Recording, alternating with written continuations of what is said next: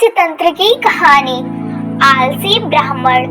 बहुत समय की बात है, एक गांव में एक ब्राह्मण अपनी पत्नी और बच्चों के साथ रहता था। उसकी जिंदगी में बेहद खुशहाल थी। उसके पास भगवान का दिया सब कुछ था। सुंदर सुशील पत्नी, होशियार बच्चे, खेत जमीन पैसे थे। उसकी जमीन भी बेहद उपजाऊ थी, जिसमें वो जो चाहे फसल उगा सकता था। लेकिन एक समस्या थी कि वो खुद बहुत ही ज्यादा आलसी था, कभी काम नहीं करता था। उसकी पत्नी उसे समझा समझा कर थक गई थी कि अपना काम खुद करो, खेत पर जाकर देखो, लेकिन वो कभी काम नहीं करता था। वो कहता था, मैं कभी काम नहीं करूंगा। उसकी पत्नी उसकी आलस्य से बेहद परेशान रहती थी, लेकिन वो चाहकर भी कुछ नहीं कर पाती थी। एक दिन एक साधु ब्राह्मण के घर आया और ब्राह्मण ने उसका खूब आदर सत्कार किया। खुश होकर सम्मान पूर्वक उसकी सेवा की। साधु ब्राह्मण की सेवा से बेहद प्रसन्न हुआ और खुश होकर साधु ने कहा कि मैं तुम्हारे सम्मान व आदर से बेहद खुश हूँ। तुम कोई वरदान मांगो। ब्राह्मण को तो मुंह मांगी मुराद मिल गई। उसने कहा, बाबा कोई ऐसा वरदान दो कि मुझे खुद कभी कोई काम न करना पड़े। आप मुझे कोई ऐसा आदमी दे दो जो मेरे सारे काम कर दिया करे। बाबा ने कहा, ठीक है, ऐसा ही होगा, लेकिन ध्यान रहे तुम्हारे पास इतना काम होना चाहिए कि तुम उसे हमेशा व्यस्त रख सको। यह कहकर बाबा चले गए और एक बड़ा सा राक्षसनुमा जिन्न प्रकट हुआ। वो कहने लगा, मालिक मुझे कोई काम दो, मुझे काम करना चाहिए। ब्राह्मण उसे देखकर पहले तो थोड़ा डर गया और सोचने लगा। तभी जिन्न बोला, जल्दी काम दो वरना मैं तुम्हें खा जाऊंगा। ब्राह्मण ने कहा, जाओ और जाकर खेत में पानी डालो। यह सुनकर जिन्न तुरंत गायब हो गया और ब्राह्मण ने राहत की सांस ली और अपनी पत्नी से पानी मांगकर पीने लगा। लेकिन जिन्न कुछ ही देर में वापस आ गया और बोला, सारा काम हो गया, अब और काम दो। ब्राह्मण घबरा गया और बोला कि अब तुम आराम करो, बाकी काम कल करना। जिन्न बोला, नहीं, मुझे काम चाहिए वरना मैं तुम्हें खा जाऊंगा। ब्राह्मण सोचने लगा और बोला, तू जाकर खेत जोत लो, इसमें तुम्हें पूरी रात लग जाएगी। जिन्न गायब हो गया। आलसी ब्राह्मण सोचने लगा कि मैं तो बड़ा चतुर हूँ। वो अब खाना खाने बैठ गया।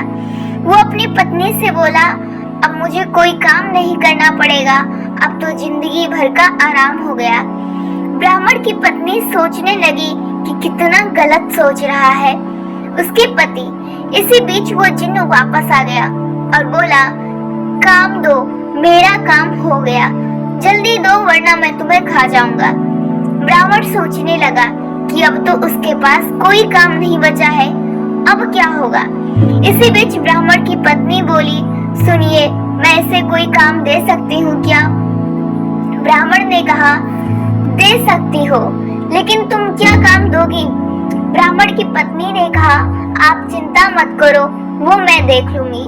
वो जिन्न से मुखातिब होकर बोली, तुम बाहर जाकर हमारे कुत्ते मोती की पूंछ सीधी कर दो। ध्यान रहे पूंछ पूरी तरह से सीधी होनी चाहिए। जिन्न चला गया। उसके जाते ही ब्राह्मण की पत्नी ने कहा, देखा आलस्य करना कितना खतरनाक हो सकता है। पहले आपको काम करना पसंद नहीं था और अब आपको अपनी जान बचाने के लिए सोचना पड़ रहा है कि उसे क्या काम दे।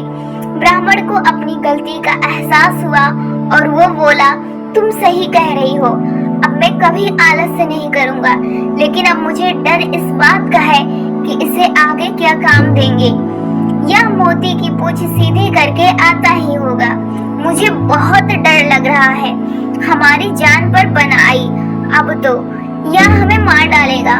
ब्राह्मण की पत्नी हंसने लगी और बोली, डरने की बात नहीं, चिंता मत करो, वो कभी भी मोती की पूंछ सीधी नहीं कर पाएगा। वहाँ जिन्न लाख कोशिशों के बाद भी मोती की पूंछ सीधी नहीं कर पाया। पूंछ छोड़ने के बाद फिर टेढ़ी हो जाती थी। रात भर वो यही करता रहा।